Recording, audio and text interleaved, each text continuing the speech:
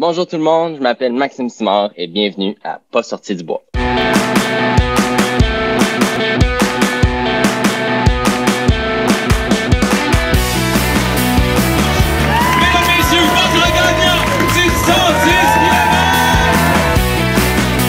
tu commences à te sentir bien en courant un ultramarathon, fais-toi-en pas, ça va passer. Grand champion du 125 km! Encore une fois cette semaine, l'épisode est présenté par NAC. C'est plus un secret pour personne, NAC est en train de changer la game en fait de nutrition pour les athlètes d'endurance. Que ce soit avec leur barre Ultra Énergie qui ont le parfait ratio 4 g de glucides pour 1 g de protéines ou leur poudre Ultra Recovery qui fait maintenant partie de ma routine d'après-course, NAC offre une gamme complète de produits faits pour toi. Si j'ai piqué ta curiosité et que tu veux essayer leurs produits, NAC offre 15% de rabais à mes auditeurs. Tu vas sur le nacbar.com, remplis ton panier, entre le code promo Pas sorti du bois et le tour est joué PASSORTIDUBOIS en majuscule. Merci à William, Nico et toute la belle gang de NAC et bon épisode. Ouais, ben, on n'est pas sorti du bois, hein? Bonjour tout le monde, bienvenue à ce 19e épisode de Pas sorti du bois. J'en profite pour souhaiter une bonne année à tout le monde parce que Max, tu le sais pas encore, mais l'épisode va paraître après les fêtes, donc on est un petit peu avant Noël, mais avec la magie du balado et avec le temps, on va faire apparaître ça juste après les fêtes. Donc, bonne année à tout le monde. Bonne année à toi aussi, Max. Bonne année. Yes, ben, j'étais avec Maxime Simard qui est coureur d'ultra, qui est tech rep pour On Running, puis ça va me permettre de faire un épisode. Je l'ai fait par le passé avec Lauriane du coureur nordique, mais d'avoir un épisode plus thématique. Moi, j'aime ça des fois changer le mode un peu. On parle avec des coureurs, on parle de course. On va le faire aussi parce que tu as un parcours de coureur que j'ai découvert en faisant quelques recherches sur toi. J'ai fait « Oh shit, OK, il s'est attaqué à des gros défis, Max. » Mais moi, dans la vie, je suis un curieux de nature, puis j'aime comprendre comment les choses sont. Fait que moi, quand je vois un mur rempli d'espadrilles dans une boutique de course, je me dis comment l'espadrille, c'est quoi le chemin que l'espadrille fait entre l'usine puis la boutique de course, puis comment ça marche une mise en marché, puis comment ça marche aussi de bâtir une équipe d'ambassadeurs comme ce que On a fait au Québec. Fait que je le dis à la blague parce qu'à un moment donné, avant les fêtes, il y avait quelques épisodes qui commençaient à franchir la barre des 1000 écoutes. Puis à un moment donné, je me suis rendu compte que les 3 premiers épisodes qui ont atteint 1000 écoutes, c'était 3 ambassadeurs On. Fait que là, c'est là que tu m'as poké, on s'est écrit, puis là, j'ai dit, ben regarde, viens au balado, on va jaser. À l'heure où on se parle, tous les épisodes ont atteint 1000 écoutes. Fait que ça a changé depuis. Mais à l'époque, il y avait, c'était Elliot, Patrice Godin et Guillaume Barry, les 3 premiers à avoir atteint 1000 écoutes, qui sont 3 ambassadeurs pour On. Fait qu'on aura l'occasion de parler. Ben non, c'est ça, exact. C'est des gars, des coureurs inspirants, des coureurs qui ont accompli des grandes choses, puis en plus, on est dans la même équipe, le On Run Crew. On aura l'occasion de parler de tout ça, mais avant de commencer, la question que tout le monde se pose, c'est Max, qu'est-ce que tu bois? Qu'est-ce que je bois? Aujourd'hui, je bois l'Empêchement. OK. Une bière de la microbrasserie du Lièvre à Mont-Laurier. Vu que je suis de la Rive-Nord, je suis allé Concept. Crème, c'est très bon ça. Moi, de mon côté, je suis pas allé Concept, mais je suis allé avec une Duncan Care de la microbrasserie Saint-Pancras de Bécomo. Fait que je ne suis pas de Bécomo, mais je salue tout le monde de Bécomo. Puis j'en profite pour remercier la gang de la boutique Cheers qui, épisode après épisode, me fournit des bières, me permet de découvrir des bières. Des fois, elles sont moins mon style, mais je les bois avec le sourire. C'est une bière, on s'entend. Mais là, une Scotch Ale fumée, c'est quand même solide. Celle-là est vraiment... Elles sont toutes bonnes, mais celle-là, gang, pour vrai, la Duncan Care, là, ceux qui regardent l'épisode plutôt que l'écouter, je vous montre la canette, c'est exceptionnel. Bon, fait que la plug est faite, la discussion d'alcoolisé est faite. Maintenant, Max, parle-moi un peu de toi, du coureur, de l'homme, du tech rep. Comment la course est arrivée dans ta vie? Puis parle-moi un peu de ton parcours qui te mène jusqu'à aujourd'hui. Ouais, en fait, la course à pied, c'est pas mal tout ce qui tourne autour de moi aujourd'hui. C'est assez incroyable. Moi, mes parents, depuis que je suis tout jeune, ils m'ont dit, ben, le but, c'est de faire n'importe quel sport, puis fais ce que t'aimes. Puis j'ai comme un petit peu suivi ça dans le chemin, puis j'ai pris chaque opportunité qui sont sorties à moi. J'ai joué au hockey. J'haïssais la course à pied. À chaque fois que je jouais au hockey, j'haïssais ça, le cross-training. Après, aller courir, faire la muscu, j'haïssais ça.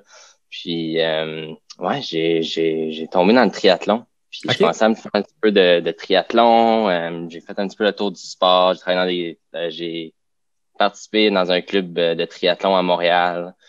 J'ai fait les tri à Tremblant, à Montréal, Esprit. Puis, ouais, à un moment donné, je me suis blessé. Puis, je me suis ramassé à courir en trail. Moi, j'ai étudié pour être paramédic. Nowhere, là, ça sort de nulle part. J'ai étudié pour être paramédic dans le domaine de la santé. Puis, j'ai rencontré un de mes bons amis. Je peux dire son nom, hein? Vincent. Oui. Vincent Houle, c'est là que je l'ai rencontré. Puis, un coureur de trail qui m'a inspiré à faire des défis de malade mental. Puis moi, j'ai tombé dans le trail. Après ça, j'ai adoré le bois. Pas sorti du bois, ça. Moi, ton titre de podcast est incroyable parce que c'est vrai, quand tu y rentres, tu n'en sors plus. Non, c'est ça. J'en parlais la semaine passée avec Anne Champagne.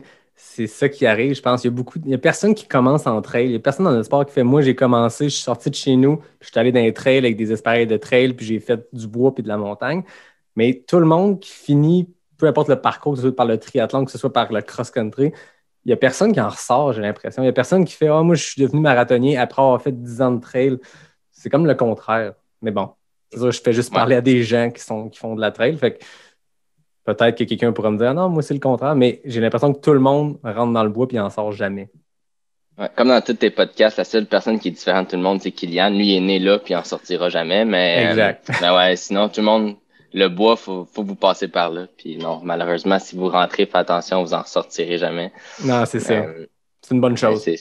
C'est comme ça que j'ai rentré dans le monde de la course. T'entends-tu les bruits alentour? J'entends un petit bruit derrière, ouais. Marie-Lou! Excuse, c'est ma blonde. Tu mettras ça dans les bloopers. Ouais, exactement. Je pourrais me faire un spécial bloopers. J'en ai quelques-uns à travers. Mais c'est souvent plus des problèmes de micro. Good. Garde-le. Parfait. Fait que là, je vais faire une belle transition. Fait action.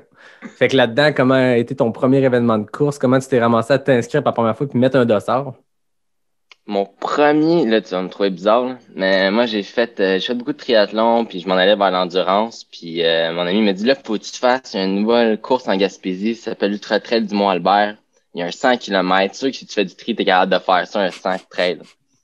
Moi, là, je suis bizarre dans la vie. Okay? Quand je fais quelque chose, je le fais à 300% ou je le fais pas pantoute. Puis je suis comme ça dans ma job, dans les sports, dans rien. Tu sais, là, dans le COVID, il y a pas rien. Fait que dans la course, si je le fais à 300% ou je le fais pas pantoute. Puis là, je te dis, je suis bien plus proche du pas pantoute que dans le 300%. Mais ma première course de trail, c'était, j'ai fait le 21 km au Mont-Offord de l'X-Trail. OK.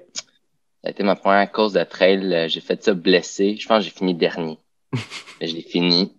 Puis j'ai enchaîné le printemps prochain avec le 100 km de l'UTMA. Puis c'est comme ça que j'ai commencé la trail. C'est un bon baptême de l'ultra quand même, parce que l'UTMA, c'est un événement maintenant qui s'appelle l'Ultra Trail des Chic-Chocs, mais c'est connu comme étant assez brutal. Fait que 2016, l'UTMA, le 100K, puis je voyais que dès l'année suivante, tu as fait, bon, 100K et 100 miles, il n'y a pas de différence. C'est juste une unité de mesure. Fait que tu t'es lancé dans une édition qui a eu une seule fois, la Grande Traversée, remportée par Jeff Cochon, mais un 100 miles assez brutal qui ressemble un peu à ce que Elliott a tenté cet été, je pense, la traversée des Chic-Chocs.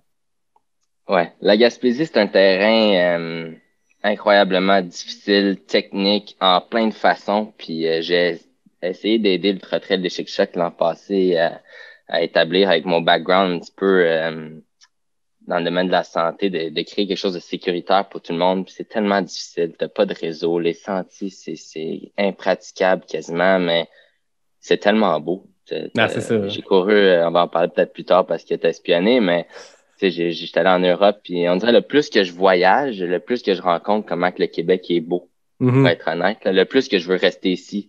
Je voulais aller découvrir, aller ailleurs, aller courir pour voyager, peut-être habiter ailleurs, mais le plus que je voyage, le plus je me dis, notre terrain au Québec est incroyable, puis il faut l'explorer. Puis il est diversifié, je pense, puis moi, ça me fait toujours rire parce que j'écoute beaucoup de documentaires, je lis beaucoup de trucs sur la course, puis souvent, on parle des insuccès des coureurs américains dans les courses européennes, que ce soit les Transgrandes Canaria, l'UTMB, qu'il n'y a pas d'Américains ou très peu qui ont du succès sur le continent européen. Puis on parle souvent de la technicité des sentiers. Puis tous les coureurs québécois qui ont fait des grosses courses en Europe sont comme pas tant techniques. Parce que je pense qu'on a une diversité ici qui est assez folle. Puis tu parles de la Gaspésie, mais moi, j'étais à Québec. Puis à Lac-Beauport, on a les trails de la Clinique du coureur qui sont hyper techniques.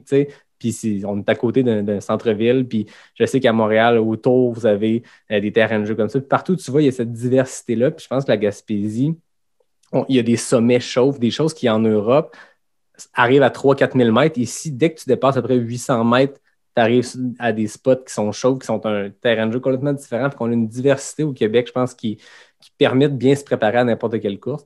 Il manque des pitchs de dénivelé puis des montées de 1500 mètres d'une traite, quelque chose qui ne peut pas vraiment se pratiquer. J'en parlais avec Martine Marois, que tu connais, je pense, Martine.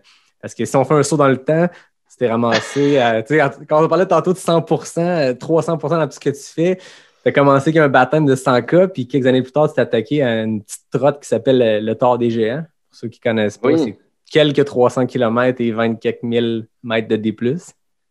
Ouais, Martine, je peux le dire, c'est ma troisième maman. Ah, c'est vrai?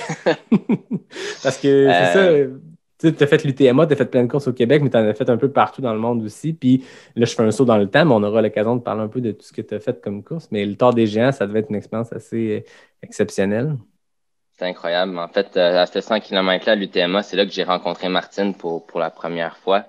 Puis j'ai fini la course avec son copain d'ailleurs, Danny, qui est un très bon ami aujourd'hui. Il m'a ramassé couché à terre dans un sentier au 50e kilomètre, puis on a fini le dernier 50 ensemble. Fait que merci Danny de m'avoir aidé à terminer ce 100 km-là. Mais oui, on s'est ramassé au tard tout ensemble.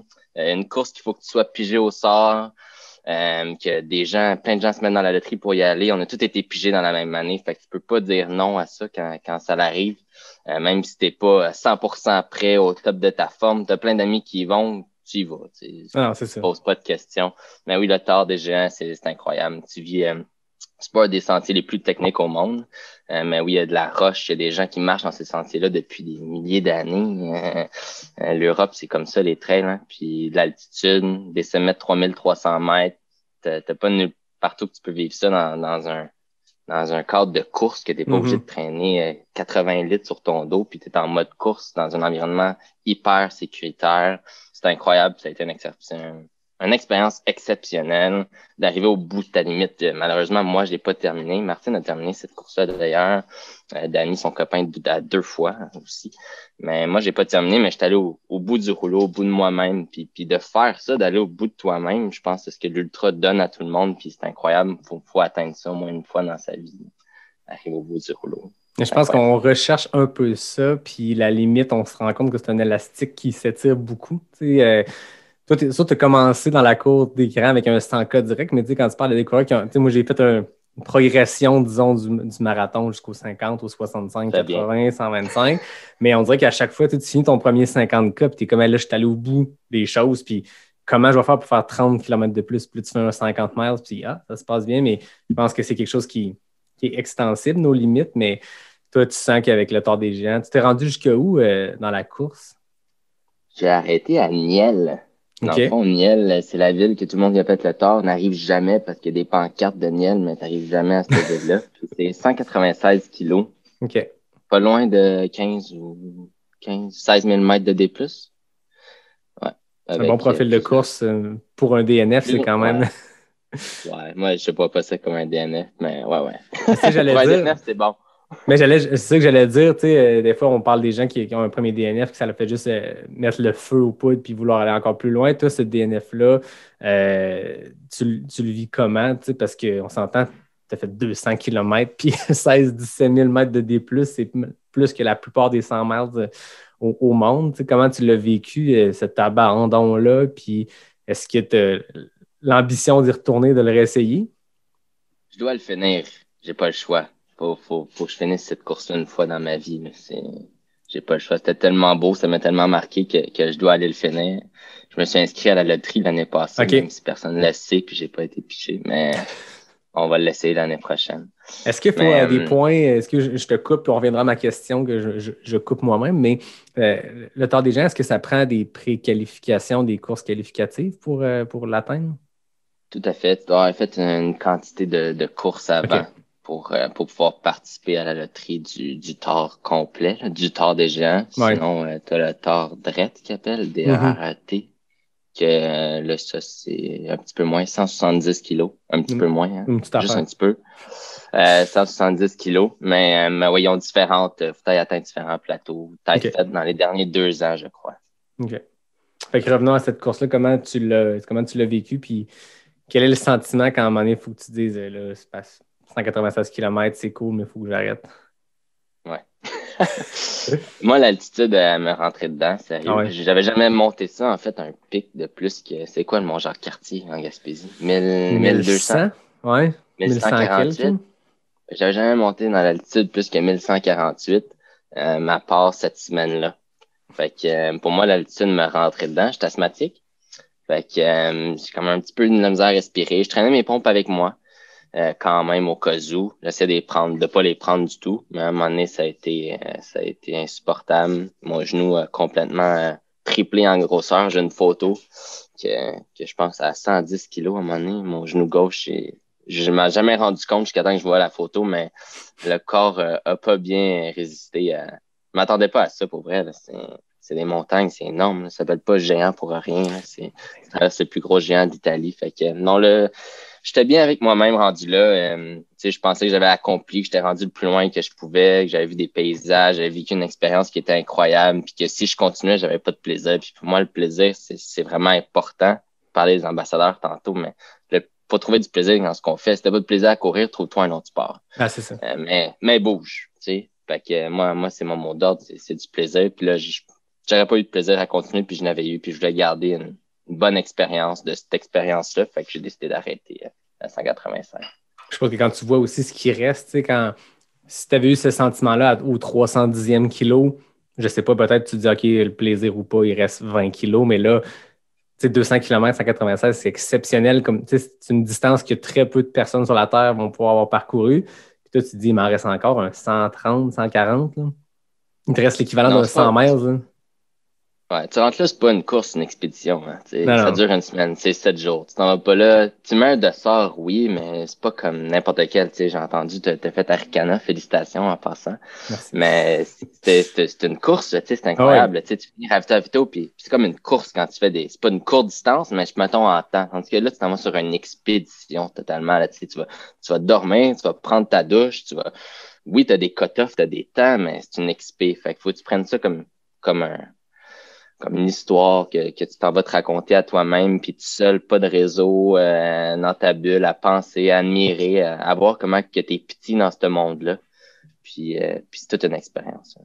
Ben, je pense que quand tu es au pied de ces géants-là, moi, j'ai vu des montagnes assez hautes, mais je suis jamais allé dans les Alpes. J'étais supposé y aller cette année, mais je pense que ça doit être fou comme sentiment. Moi, j'avais été à Flagstaff, puis tu parlais de l'altitude tantôt. La ville est à 2000, puis tu as une petite butte en plein milieu de la ville qui fait 1800 mètres, mais comme tu es à 2000 au début, quand tu es en haut, c'est 3800. Puis tu regardes ça quand tu arrives du Québec où tu as vu Mont-Jacques-Cartier ou des Mont-Valin, 1000 mètres et tout. Là, tu arrives, tu as de quoi de gros, mais là, j'ai l'impression que le Tort des Géants porte bien son nom parce que je suppose que tu es au pied de ces massifs-là, puis tu peux pas autrement que te sentir devant des géants, puis c'est un autre niveau de montagne, là, carrément. Là. Ah, c'est exceptionnel. Là. Oui, tu vas partir des fois à 1000 mètres d'altitude pour atteindre des sommets, mais il y a un sommet, tu pars à 546 mètres d'altitude qui est bas pour l'Italie. Il fait 30 degrés, puis tu t'en vas monter de quelque chose de 2008. Là. En haut, il fait -5. Là. Attache ta tuque. Littéralement. Ah ouais, c'est pas sorti du bois, là. Alors, c'est clair. Comment tu t'étais préparé pour le Tort? J'en parlais avec Martine, ceux qui veulent entendre parler de la préparation de Martine, qui a vraiment une passion pour le Tort des Géants. Il est allé 2 fois, puis je pense que son aventure dans les Alpes italiennes n'est pas terminée, Martine. Mais toi, comment tu l'as vécu? Puis comment tu l'as préparé, cette course-là, sachant ce qui t'attendait, sachant qu'on ne peut pas se préparer au Québec pour une montée tu viens d'en parler, de 2300 mètres de pitch direct. Là. C'est monté pendant combien d'heures? C'est complètement fou. Là. Ouais, je suis parti, il faisait soleil. Je suis arrivé en haut, il faisait soleil, mais il avait fait noir entre les deux. Tu sais. Mais aïe, aïe. C'est long. Ouais, ça met en perspective. Je lui donnais une idée. Mais me préparer, je me suis pas préparé de la meilleure façon. Puis, tu sais, tout le monde se prépare de leur façon pour ça. Puis, il n'y a pas de la meilleure façon pour se préparer. Mais, tu sais, il faut avoir un mental fort pour passer à travers ça. Puis, moi, personnellement, faut avoir eu mal avant. Fait que je me suis dit, je vais essayer de faire les plus gros défis que je peux pour me préparer à ça dans un terrain le le plus similaire, puis d'avoir le plus mal que je peux. Fait que dans l'année précédente, le tard, puis c'était pas une meilleure formule, mais j'ai commencé l'année en faisant Madère. Fait que je allé faire le Mute, Ultra Trail de Madère, 117 kilos, 7000 mètres de D+. Je me suis dit, il y a des pitchs de 40%, je vais voir à quoi ça ressemble, monter une montagne, puis quand ça finit jamais. Fait que j'allais faire ça, j'ai réussi. Honnêtement, la plus belle course que j'ai faite à date dans ma vie, c'est celle-là. Ceux qui ne connaissent pas, c'est le Madère Island Ultra Trail. Jeff Cochon a parlé à l'épisode 4. C'est un de ses gros objectifs à venir, mais c'est une course de l'Ultra Trail World Tour qui a l'air exceptionnelle sur l'île de Madère au Portugal. Puis ça je veux dire, c'est 7000 mètres pour 115 kilos. C'est complètement fou. Là, je pense que c'est beaucoup de marches aussi, beaucoup d'escaliers. Pardon? Le dernier 80 km, il descend. Ça donne une idée sur le premier 20 kilos. Ouais. Non, je niaise, mais non, je pense que tu as regardé la map, mais je pense pour être sérieux, le dernier 24 kilos, je pense qu'il est descendant. Fait que non, t'as un bon 80 km avec un 6000 mètres, là, ça rentre. Là. Oui, t'as des marches, mais c'est toutes des marches naturelles formées par les montagnes. Il y en a qui manquent des marches, tombent pas, pile pas à droite ou à gauche. Mais ouais, c'est incroyable comme paysage puis comme course. Donc, j'avais décidé de faire ça. Pour essayer de me préparer au tard au printemps de cette année-là. Puis par la suite, j'ai eu la brillante idée, vu que je viens du monde du triathlon, je me dis comment tu peux te rentraîner en minimisant l'impact pour préparer ton corps, mais sans être brûlé avant ta course. T'sais. Qu'est-ce que tu fais? Du bicycle? Du bicycle, ouais, tu pédales. Je vais m'entraîner, je vais m'inscrire à un triathlon. Fait que, tu sais, c'est quoi notre triathlon le plus dur au Québec? Ironman? Tremblant, c'est ça? Ouais. Non, mais mais t'es pas loin. Je me suis inscrit au Canada Man. Oui. Un nouveau format. C'est vrai, je l'avais pas en tête celle-là, mais il paraît que c'est complètement brutal, ça. Je l'ai dit au début, hein, c'est tout ou rien. Hein. Voilà. Fait que je me suis inscrit au Canada Man, qui est un format d'Ironman avec une dernière portion trail. Encore énormément de dénivelé, mais je me suis dit, moi, je vais minimiser l'impact sur mon corps, mais je vais améliorer mon endurance. Fait que j'ai commencé avec Madère, j'ai fait le Canada Man à la moitié de l'année, mais je voulais pas me blesser du tout. Puis ça, c'est une drôle d'histoire. Je vais chercher, mais j'ai eu ma médaille, mais j'ai malheureusement pas terminé la course et j'ai tombé à 2 km de la ligne d'arrivée. T'es tombé blessé ou? Je me suis assis puis ils m'ont sorti en civière. Ouais, j'ai fini. Ben voyons. J'ai fini à la tente puis j'ai monté le dernier 2 km de la côte pour te rendre en haut au sommet de Mégantic en carte de golf. Un de mes bons amis avec qui j'ai été patrouilleur de ski à Tremblant. Nowhere, on se rencontre, je savais même pas qu'il était là. C'est lui qui m'a ramassé. Puis il m'a amené au médecin, puis intraveineux, puis toute la patente. Mais ils m'ont donné ma médaille quand même. Mais ouais, non, j'ai pas terminé le Canada Man, mais c'est ma préparation pour le tard. Ça a été ces deux énormes événements-là. Je pense que ça m'a aidé, pour être honnête, pour le mental, l'endurance, aller au bout de toi-même. Mais je pensais pas que je pouvais, mais j'étais encore plus au bout de moi-même au tard. Mais ça m'a peut-être brûlé d'une autre façon. J'ai peut-être eu trop de courses intenses. Fait que faut que je trouve mon juste milieu pour la prochaine fois. C'est ça qui est touché, je pense, pour n'importe qui a un gros objectif de fin d'année. Tu te dis, j'ai ça qui s'en vient, donc il faut que je m'y prépare, que ce soit par des courses préparatoires ou des week-end shocks. Ou, je suis en train, moi, de mon côté, préparer ma saison 2021, considérant que tout va avoir lieu. On croise les doigts puis on le souhaite pour les événements, mais en se disant, je veux faire Bromont 160, mais qu'est-ce que je fais avant ça pour arriver à Bromont frais et dispo, mais prêt? Puis il y a toujours cette balance-là qui semble difficile pour n'importe qui, n'importe quel athlète de se dire ça. C'est combien de temps entre le Canada Man puis le Tard? Je pense que c'était juillet. OK. Puis Tard, c'est septembre. OK. T'avais quand même une petite récup possible entre les deux. Ouais. Non, il y avait une récup possible, puis c'est pour ça que je l'avais planifié comme ça. Parce que je savais que j'aurais eu le temps de récupérer, mais c'est un événement comme ça, puis le tard, c'est pareil, là, tu sais, ça prend du temps, ça prend pas, oui, tu peux être capable de recommencer à courir après 3 mois, mais ça prend plus de temps que ça, là, récupérer d'une course, tu seras jamais à 100%, là, tu sais, ça prend au moins 4-5 mois, là, tu sais. On pourrait parler à tous les athlètes élites, à Elliot, à Jeff Cochon, à Guillaume, tu sais, Elliot, il a fait Arikana, puis il est allé se taper un autre 45 kilos, je pense, la semaine après, mais il était pas à 100%. Là, c'est impossible pour. Puis quand ton plus gros défi. Ouais. Elliott pas à 100%, c'est quand même une victoire au Beluga Trail puis un FKT sur le Sentier du Fjord. Mais en même temps, cette année, c'était particulier, je pense. Puis tout le monde savait que Arikana et Beluga étaient peut-être la seule fenêtre de course. Fait que ceux qui ont fait les deux, on vous lève notre chapeau, mais on sait que c'était probablement une espèce d'énergie du désespoir de se dire on a deux fins de semaine de course cette année, allons-y all-in. Puis c'est impressionnant, mais c'est ça, je pense que ça prend une récupération. Puis tu le sens, des fois, c'est pas du fait d'avoir les jambes raquées, d'avoir des douleurs, des bobos, c'est juste dans la fatigue, le niveau de fatigue. Moi, je sais que c'est ça qui dure plus longtemps. C'est que je recommence à courir, c'est un peu plus raide, puis là, ça va bien. Mais à un moment donné, tu essaies de faire une longue, puis c'est pas les jambes qui veulent plus avancer, c'est pas le cardio qui suit pas, c'est juste une fatigue de se dire, voyons, je suis fatigué comme un 50e kilo, puis je suis à mon 12e, 15e, 17e. C'est pas normal, mais je veux dire, il y a d'autres extrêmes, là, j'en riais, je sais pas avec quel invité qu'on dit souvent qu'un marathon, ça prend 6 mois sans remettre. Là, les gens de route disent ça, tu dis ouais, là. Je pense qu'avec David Bombardon, on va se taper 4 marathons quand tu fais un 100 miles, ça va te prendre 2 ans sans remettre? Non, mais il y a quand même une récupération qui est longue, puis il faut écouter les signaux de son corps parce que c'est facile de se brûler puis d'enchaîner les courses sans arrêt. Là. Ouais, faut faire attention. Puis, je l'ai dit tantôt, mais il faut avoir du plaisir dans ce qu'on fait. Fait je pense que là, on va peut-être parler plus des produits tantôt, mais tous les coureurs s'est blessé une fois dans sa vie.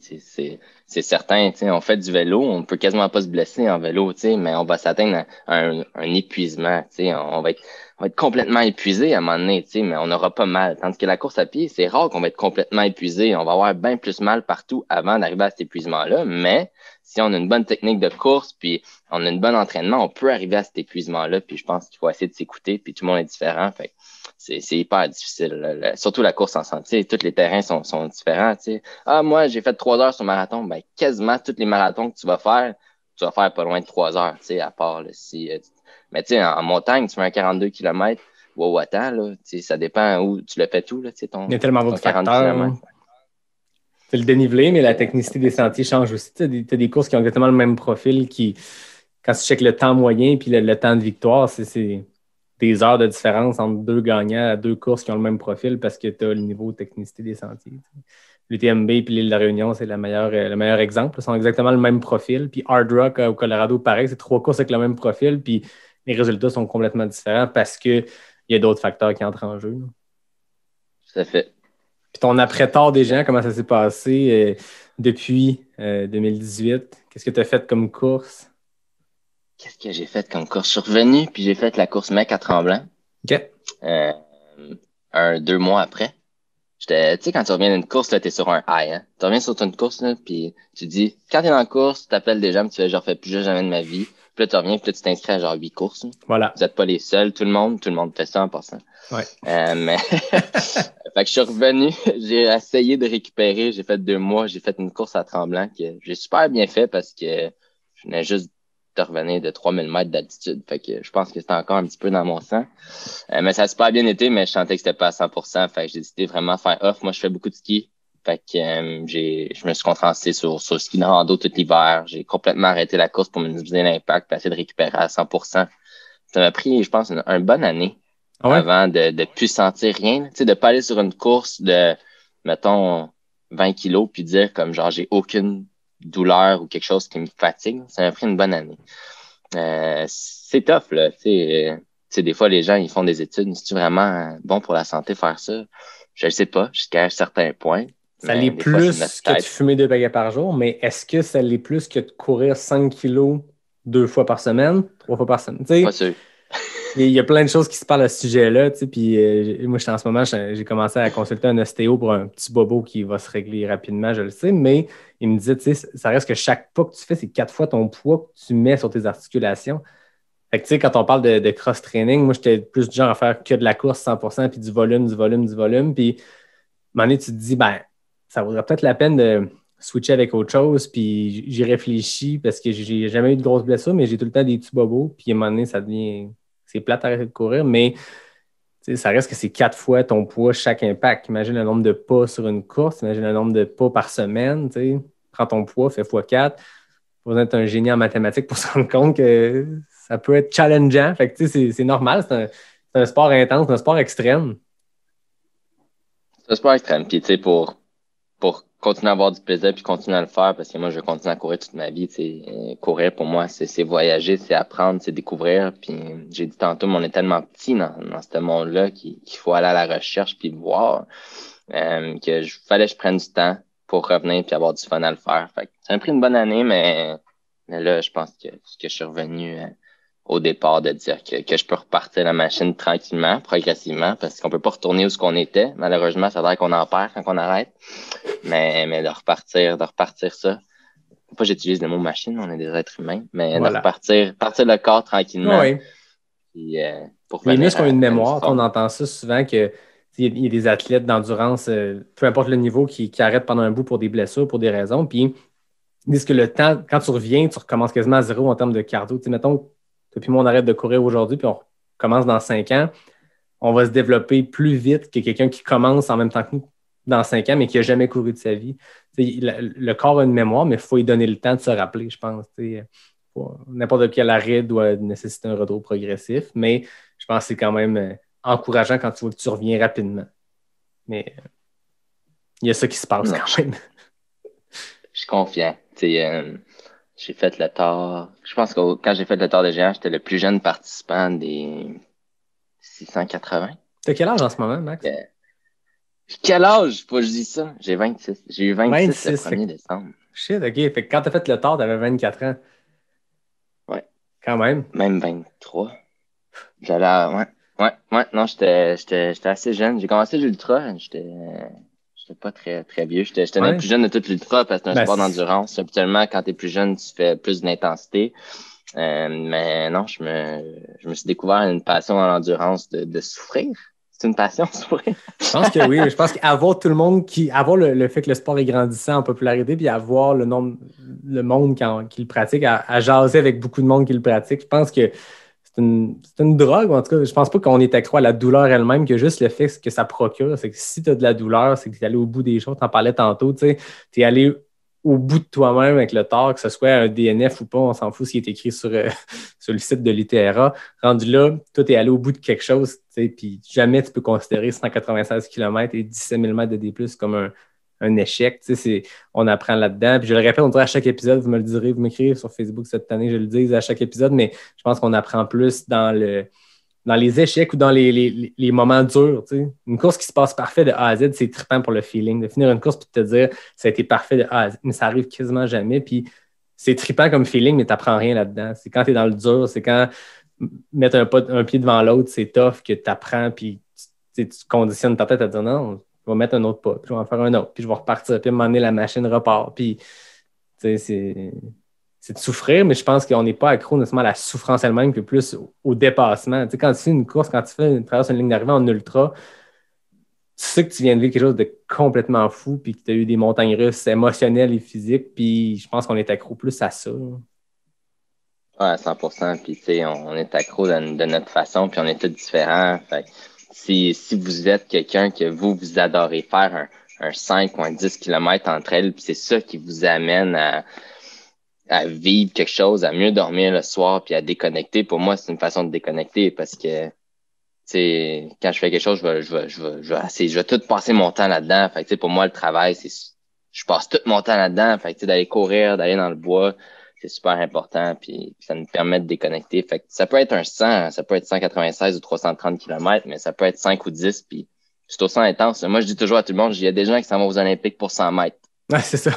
Fait que si tu cours 5, tu cours plus que le gars qui a fait 100 mètres aux Olympiques. Ah, c'est ça. Chacun son ultra, puis chacun trouve c'est quoi sa motivation. Puis si tu as besoin d'être inscrit à une course puis de faire 300 km pour te sentir complètement au bout du rouleau, ben tant mieux. Puis si quelqu'un s'accomplit dans 5 kilos, ben tant mieux, en fait. C'est peut-être mieux pour vous que pour nous. Tout à fait. Continuez. Vous allez vivre plus longtemps que moi.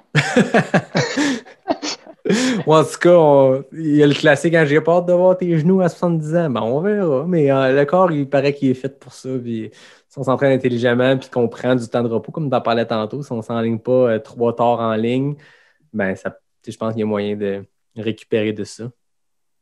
Il faut s'écouter. Voilà. Je pense qu'il faut s'écouter. On est tous différents. Puis il n'y a pas de formule gagnante. Tout le monde a sa paire de souliers. Tout le monde a sa façon de s'entraîner. faut s'adapter, mais malheureusement, faut expérimenter, puis on va faire des erreurs, c'est normal, il faut en faire. Puis on va juste tout devenir meilleur, mais faut bouger, je pense. Parlant de paire de souliers, ça me permet de faire un petit lien. Tu m'as fait une passe à la POC, là. Mais parlons de On Running, comment On est rentré dans ta vie à travers tout ça, à travers ton parcours de coureur. J'aime pas le mot carrière à tous les niveaux, mais là, ton parcours de coureur.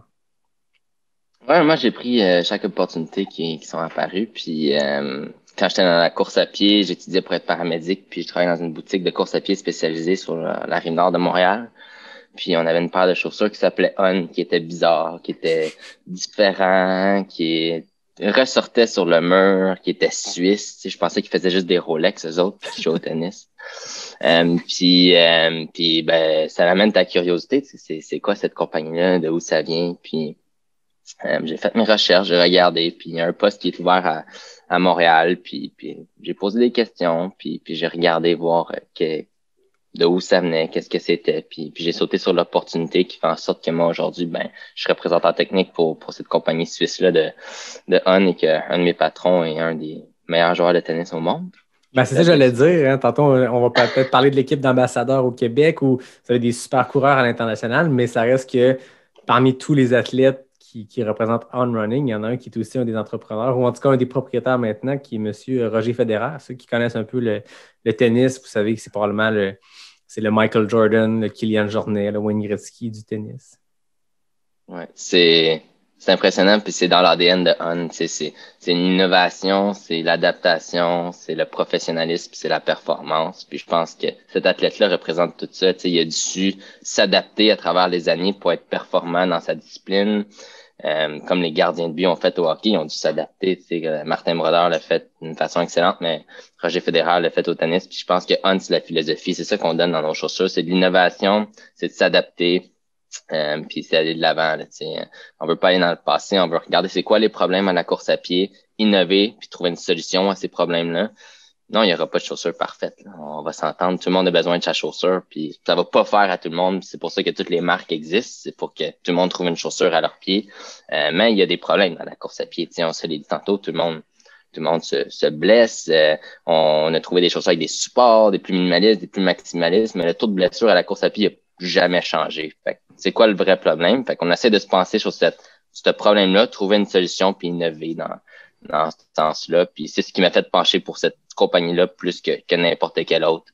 C'est d'être différent puis d'avoir du plaisir à courir. Non, c'est ça. Puis, tu sais, je pense pas qu'il y a un débat, mais je pense qu'il y a beaucoup de discussions. Puis les coureurs aiment parler de chaussures parce que c'est notre outil de travail, on s'entend. Là, j'ai pas fait un épisode sur les chaussures, puis là, je te reçois. Puis, c'est de quoi qui est commun. J'allais dire tous les coureurs en parlent. Bon, j'ai reçu Karim El Ayani qui court nu-pied, mais ça demeure que c'est notre outil de travail pour notre sport. Puis, comme tu dis, s'il y avait une bonne réponse, je pense qu'il y aurait une seule sorte d'espadrille ou un seul modèle. Puis, moi, je dis souvent ça, je m'intéresse beaucoup à la politique, tu en parles avec les gens, puis à un moment donné, tu te dis, s'il y avait une bonne réponse en politique, s'il y avait un modèle qui était parfait, il n'y aurait pas de débat, mais c'est pareil que la chaussure. Je pense qu'il y a du maximaliste, il y a du minimaliste, il y a du racer, il y a du trainer, il y a de tout parce qu'il y a différents types de coureurs, mais ce qui demeure et ce qui reste, c'est que les gens se blessent, puis c'est partout que ça se blesse. Autant ceux qui courent pieds nus ou avec du super maximaliste, de Jim Wamsley jusqu'à Karim qui court du pied. Il n'y a pas un modèle parfait. Je pense que chacun trouve, comme tu dis, chaussures à son pied, mais c'est intéressant de voir que justement, c'est une compagnie qui est jeune. Quand on compare avec les grands équipementiers puis les grandes marques de chaussures en ce moment, que ce soit un Salomon, New Balance, Brooks, c'est les plus gros vendeurs, c'est des compagnies qui sont super âgées, qui sont là depuis longtemps, qui ont évolué avec le temps, mais c'est des entreprises qui ont 50, 60, 70 ans. Puis là, dans la course à pied, il y a des nouveaux joueurs qui arrivent, qui changent un peu la façon de faire. Puis je te l'ai dit quand on s'est écrit pour l'épisode, j'ai pas envie de faire un épisode de infopub. Je le dis à tout le monde, On n'est pas commentaire de cet épisode. Je trouve juste c'est intéressant parce que je trouve que vous bâtissez de quoi de le fun avec On, puis j'ai envie de parler de justement cette mise en marché-là, ou comment on perce un marché quand c'est Salomon qui existe depuis 1950, quand c'est Brooks, puis New Balance, puis des compagnies qui sont là depuis super longtemps, comment on se démarque. Puis c'est aussi bon pour On, je pense que comme Oka aussi, qui est super populaire, qui est très jeune comme entreprise, puis c'est de jaser aussi comment on fait cette percée-là dans un marché. Puis tu parlais tantôt que tu as postulé sur le poste de Tech Rep. Qu'est-ce que ça fait concrètement, le Tech Rep? Parce que c'est quoi qu'on voit souvent. On sait c'est qui les Tech Rep au Québec pour Salomon et tous les autres, mais c'est quoi concrètement ton travail au quotidien? En fait, on va commencer par ça. Moi, je m'assure que tous les employés, toutes les boutiques qui tiennent notre produit, ils vous racontent pas n'importe quoi. Fait que je m'en vais former les employés. On sait que des fois, c'est des étudiants qui travaillent dans certains magasins. Fait qu'on s'assure qu'il y a toujours la bonne formation pour vous donner les bons outils puis les bonnes réponses à travers vos questions sur nos produits à nous. Et malheureusement, il n'y a pas toutes les compagnies qui ont cet avantage-là d'avoir un tech rep. Fait qu'on tire ça de notre côté. On a des chaussures qui sont super techniques, énormément de technologie puis différent de toutes les autres. Fait que c'est important d'être sur le terrain, d'être là, d'être présent, puis de s'assurer que tout le monde ait les bonnes informations à partir de nos chaussures. On travaille super fort avec notre équipe d'ambassadeurs, que quelques-uns sont très rapides. Non, mais qui ont passé à l'émission ici sur les épisodes. Mais on travaille avec l'équipe d'ambassadeurs, les événements, le terrain, en fait, c'est de servir notre communauté. Hein, je pense que les compagnies sont rendues tellement grosses qu'ils oublient de où ils sont nés. Puis ça, c'est ce qu'on veut faire ici au Québec. On est né au Québec, quasiment au Canada. On est une des provinces où que la compagnie excelle le plus. Je sais pas si c'est à cause de notre background européen un petit peu stylé du Canada, mais on a vraiment un succès ici qu'il n'y a pas ailleurs, puis on n'oubliera pas ça, puis on veut investir dans notre communauté. Ben malheureusement, tu peux pas investir dans une communauté si t'es pas là. Fait que faut mettre quelqu'un sur le terrain, puis ça, ben c'est moi. Puis j'essaie de servir le plus possible notre communauté, puis de faire grandir la course à pied. C'est tout notre but. Exact. Puis est-ce que tu es seul au Québec à faire ça?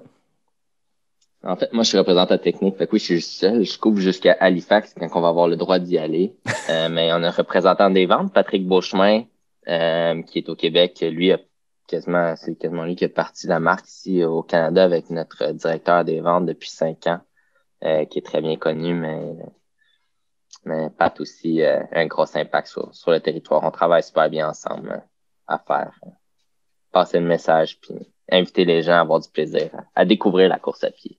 Ben oui, c'est ça. Puis je pense que c'est un bon défi pour vous parce que je le disais tantôt, je veux dire, quand tu parles de course à pied, que ce soit en trail ou sur route, des marques comme Salomon, comme Nike, comme ASICS, ces compagnies-là bénéficient de leur historique puis de leur territoire large parce qu'ils vendent depuis longtemps partout.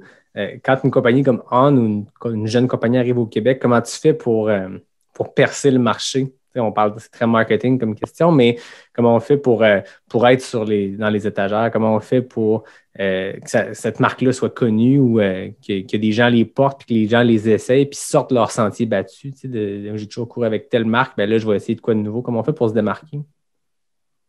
En fait, c'est simple, mais c'est pas simple en même temps. La course à pied, c'est un sport qui est super niche. Tu l'as dit, surtout dans le trail. Il n'y a pas beaucoup de monde qui, peut-être là, tout le monde s'est mis à courir, hein, mais on n'est pas énormément de gens qui courent, là, quand on regarde la population mondiale ou même canadienne ou au Québec.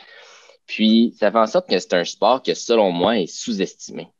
Ça a pris Nike l'année passée pour sortir une chaussure Break-In-2 puis qui ont investi des millions de dollars pour mettre sur de la science, autant en nutrition sur la course à pied que la chaussure, que le linge, que drafter, que plein de choses que personne n'a jamais faites. Eux avaient l'argent puis ils ont réussi à le faire puis bravo, c'est une science puis il faut la découvrir. Mais on regarde les skis.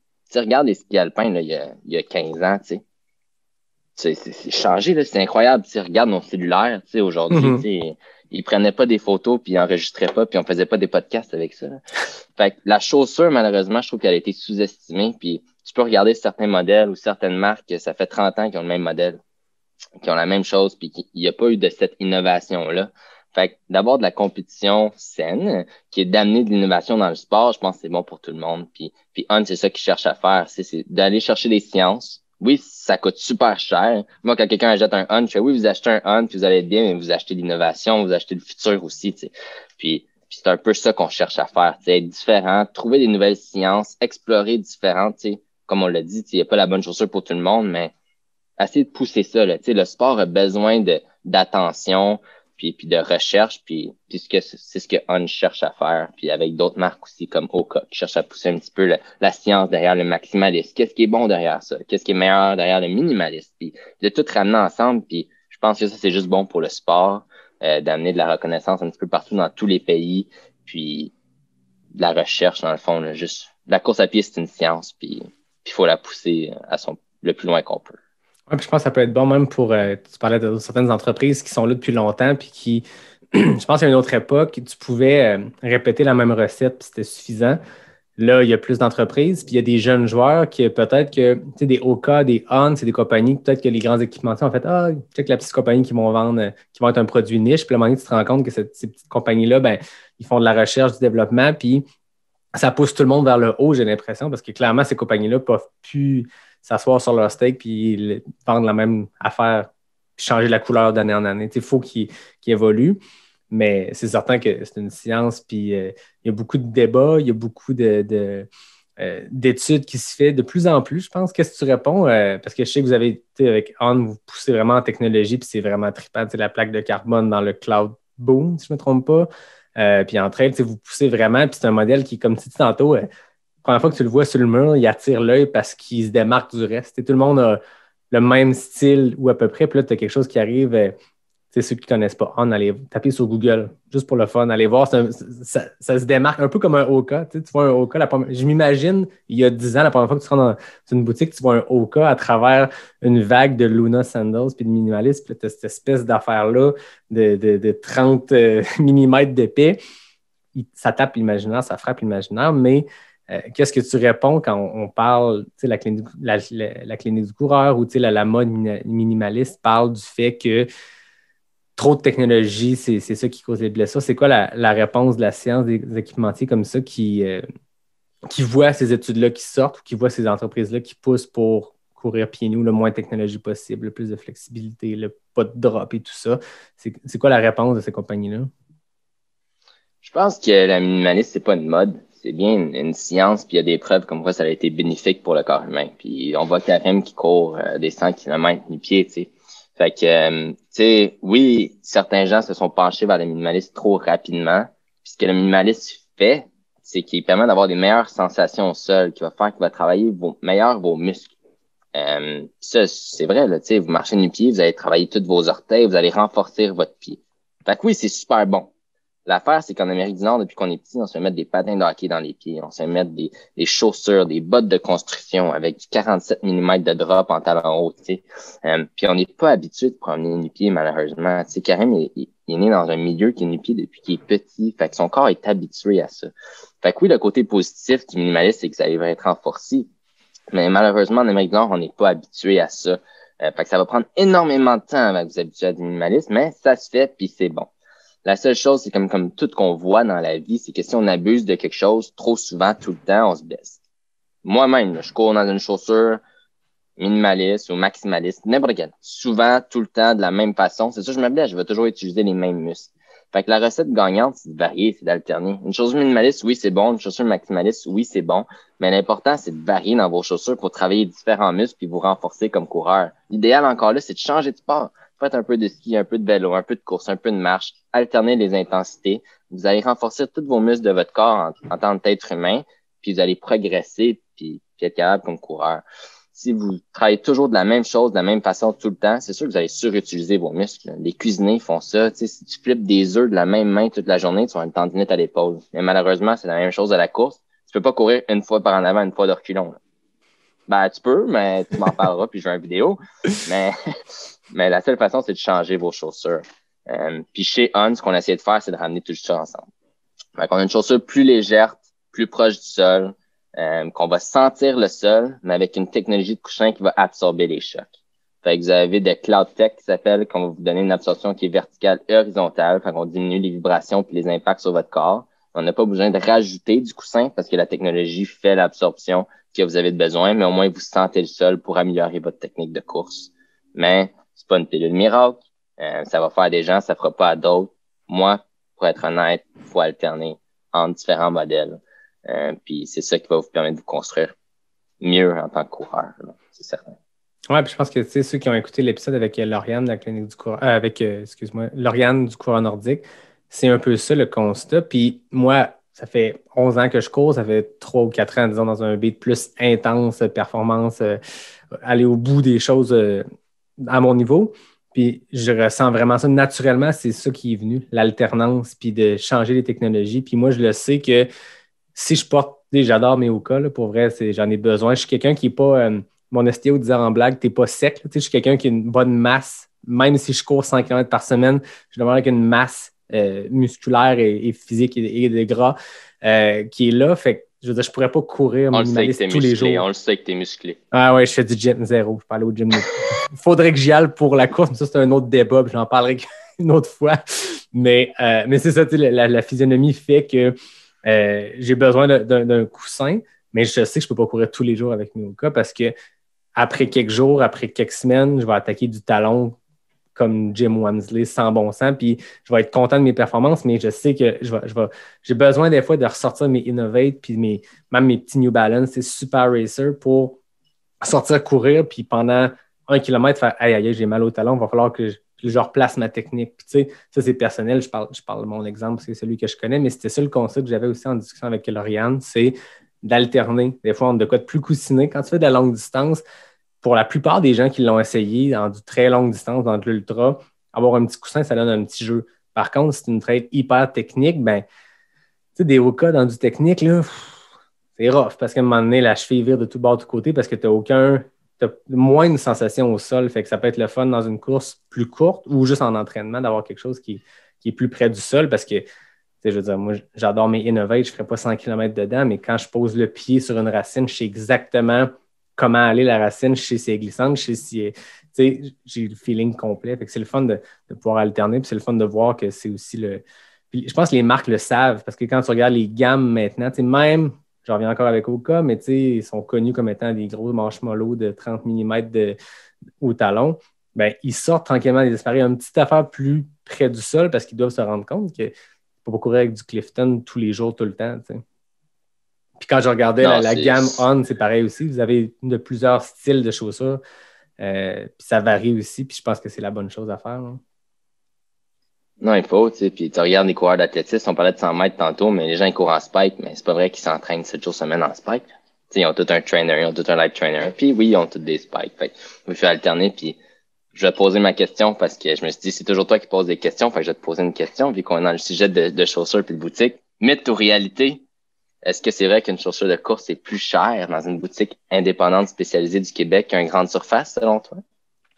Ben, pour avoir fait un peu de recherche, parce que j'en achète une chier d'espadrilles, parce qu'au nombre de kilomètres qu'on fait, je l'avais checké, puis moi, j'avais l'impression que c'était le même prix partout. En tout cas, pour les marques que moi j'utilise, les modèles, tu sais, le bon vieux mythe de va laisser en magasin puis achète-le en ligne après, il n'est pas vrai, puis tant mieux, parce que moi, je trouve, tu sais, je veux dire, je comprends le fait quand il y a une économie, OK, fine, les gens ont besoin de pouvoir économiser, mais ça demeure que quand tu encourages une petite boutique indépendante, tu encourages un producteur local, tu encourages un entrepreneur local. Mais j'avais fait le test, puis moi, peu importe où je magasine, que ce soit une grande surface, une boutique spécialisée ou le web, c'est pareil partout. Est-ce que je me trompe? Non, tu as tout à fait raison. Puis Merci. Je vais juste profiter pour dire aux gens d'aller en boutique indépendante parce que le service que vous avez, c'est incroyable. Puis vous allez payer le même prix qu'une grande surface. Fait allez le chercher. Il n'y a pas de meilleure chaussure pour tout le monde. Oui, On, Hoka, New Balance, Brooks, Saucony, c'est toutes des bonnes marques. Mais allez en boutique spécialisée. Ils vont pouvoir regarder votre pied, votre foulée. Puis vraiment vous conseiller votre meilleure chaussure pour ce que vous voulez faire. Si on veut pas tout faire un 330 km, puis on veut peut-être pas tout faire un 200 mètres. Fait allez voir, puis on va pouvoir vous conseiller vers la meilleure chaussure pour vous. Je vous encourage fortement d'encourager local.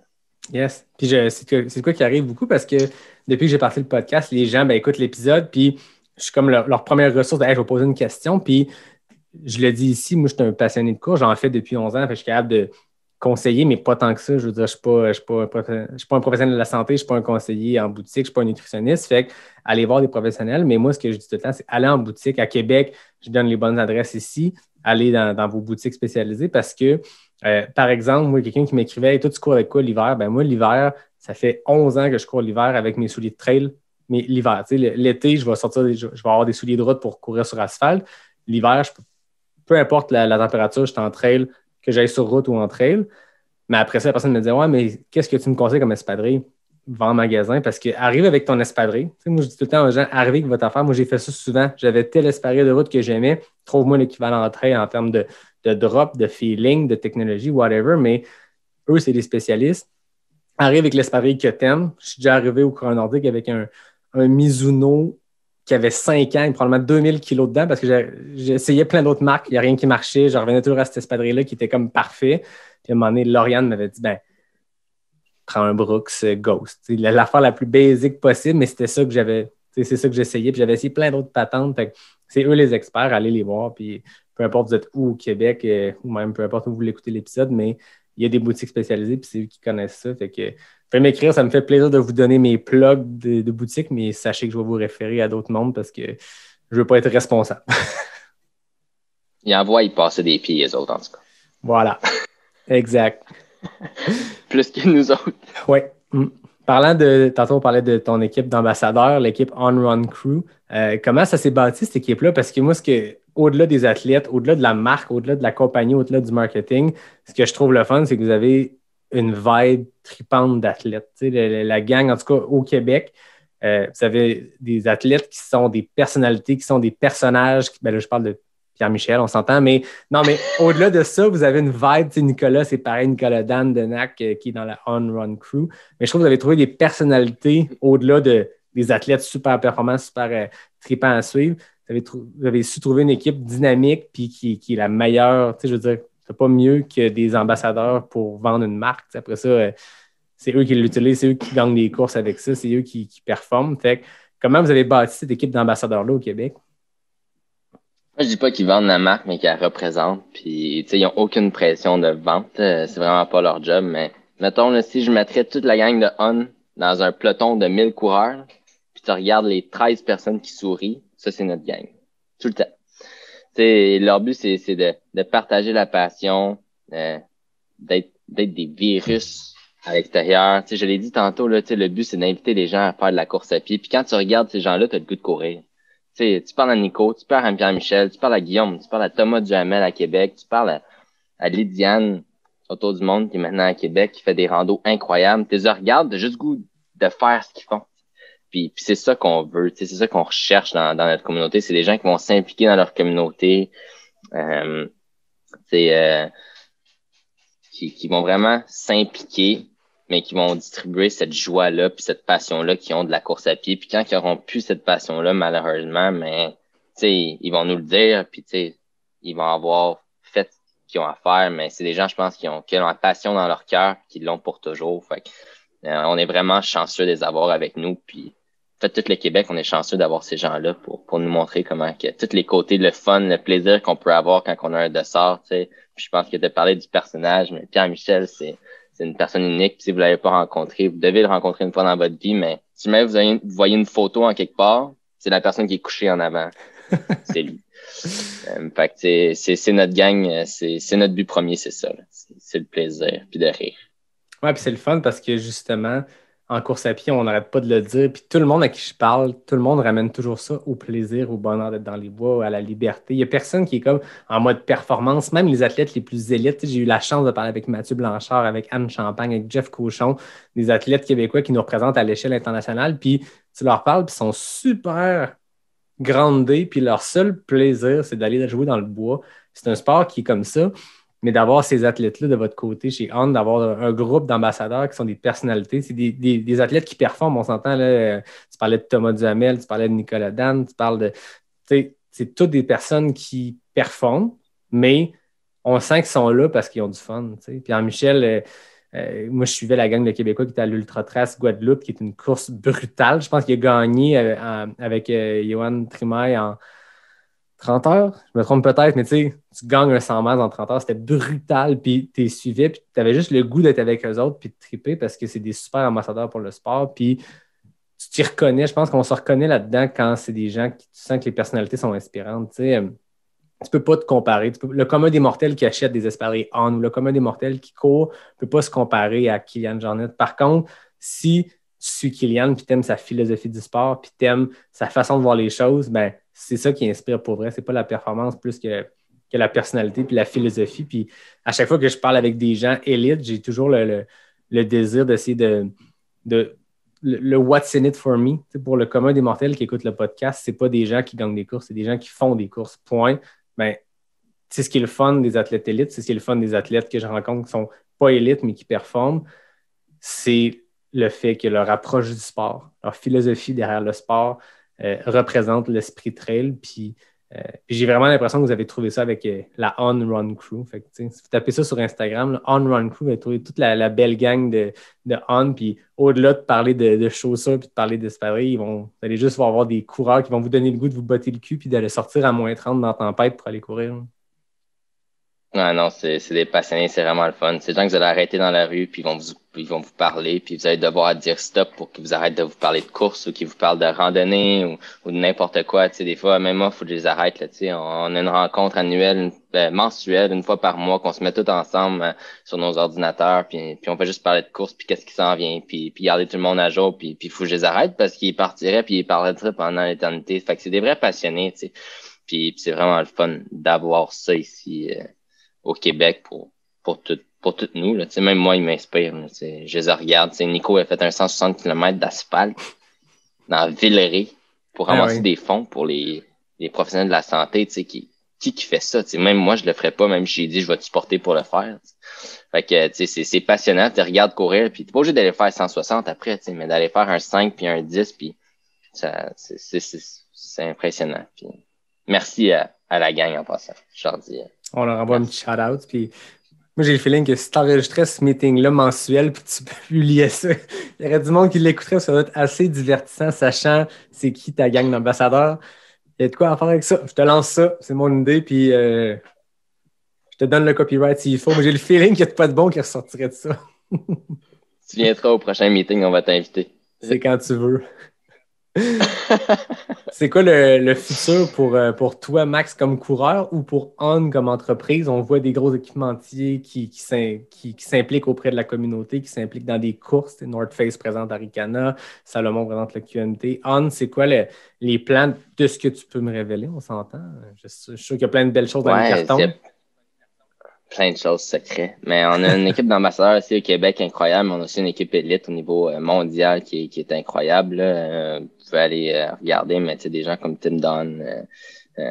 Puis on a des gens comme David Brown, je sais pas si vous connaissez, aux Jeux Olympiques. Un gars, un homme qui malheureusement a perdu la vue, mais qui est un athlète américain qui est super impressionnant puis inspirant à suivre. C'est ça notre équipe. C'est des gens qui se relèvent du pire puis qui passent à travers malgré tout.